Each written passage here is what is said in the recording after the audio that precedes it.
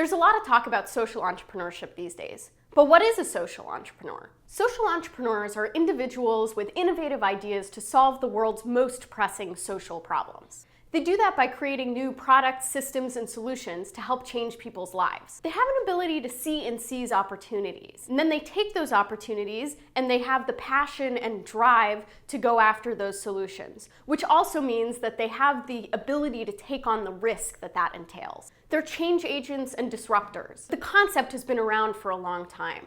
Think Florence Nightingale and the way she revolutionized nursing. Muhammad Yunus and his creation of the microfinance industry. And more recently, you can look at organizations like One Acre Fund, which are working to transform the way smallholder farmers can grow and produce their own agricultural products and reduce hunger. There's often a lot of confusion around the profit motives of social entrepreneurs. Social enterprises can be not-for-profit or for-profit. Sometimes it's going to be a market-based solution that maybe the company is breaking even. In other cases, a transformational product or system might also bring significant financial gains when brought to scale. The international development community is increasingly realizing the role that these social entrepreneurs can play in tackling global social challenges. And the community is learning from them. They're learning about risk-taking, because if you're going to invest in social entrepreneurs, you have to be willing to take the risk that comes with it. They're learning about adaptation and iteration, because social entrepreneurs often have to change their approach or their model or their product and tinker with it until they get it just right. Traditional development programs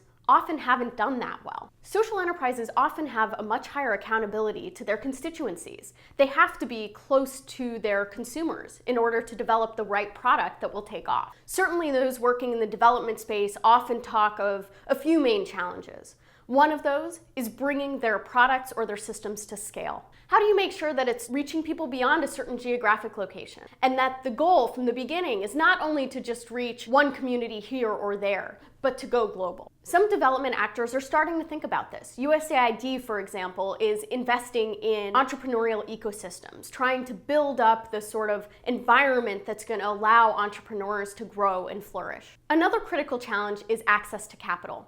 And that's not just at the seed funding stage, but it's at that critical middle stage where companies are looking to scale but might not yet be able to access private capital. But again, development actors are trying to step in and fill some of those gaps. Last year, we saw the creation of the Global Innovation Fund by a group of donors and other actors. The goal of the fund is to pilot, test, and scale innovative ideas. Social entrepreneurship is increasingly also seen as a job creation tool. In many developing countries that might not have a lot of big or even medium-sized corporations to provide employment opportunities, increasingly there's an investment in training entrepreneurs to create their own jobs. There are certainly some skeptics. After all, not everyone is cut out to be an entrepreneur. Not everyone has that drive or that appetite for risk.